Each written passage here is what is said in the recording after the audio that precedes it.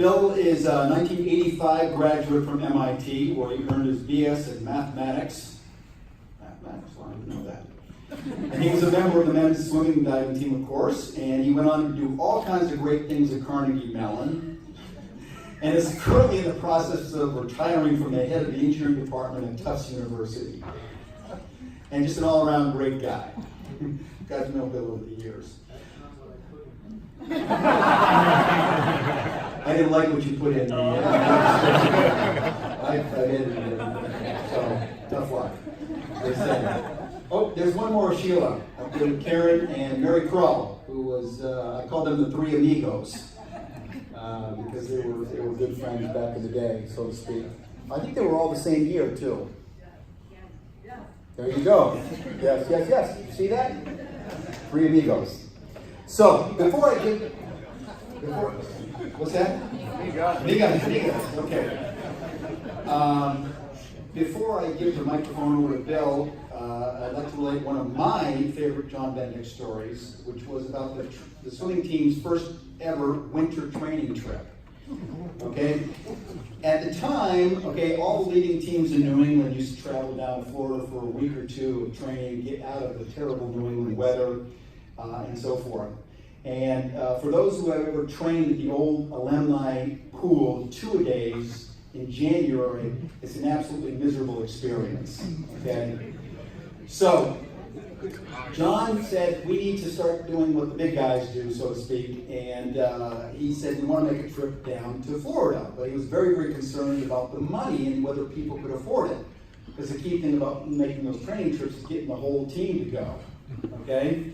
So John began this effort, got very little support from the school, okay? But he began working with Sam Senney, who was the captain of the team at the time and happened to live in Florida, okay, and myself.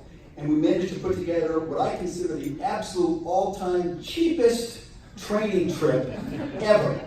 And I'll challenge John's colleagues here on the coaching front to these numbers here and see if you can get anywhere close to them.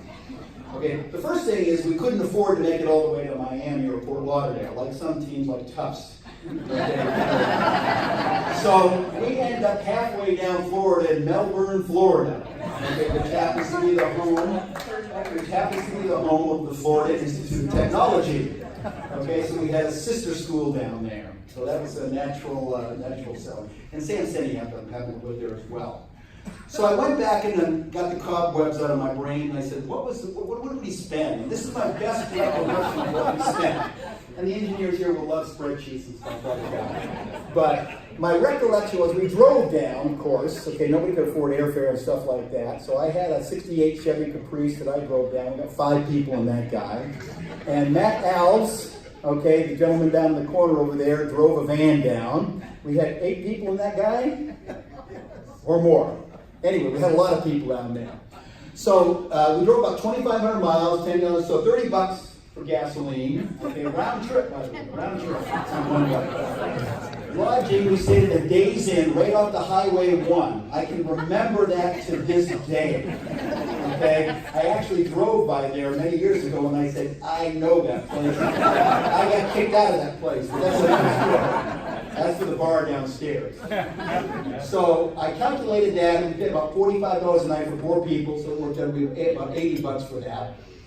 Food, John reached out to the coaches at FIT, because they had a pool, to allow us to use their cafeteria.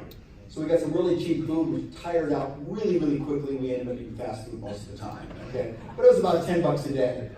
And then pool time, he finagled or negotiated, whatever you want to call it, with the coach down there to give us free pool time in the off hours. Okay. In the winter, unfortunately, they didn't heat that pool. Okay. So even though it's Florida in January is still cold, and that pool was cold out there. $180. Okay, round trip, all expenses paid out there.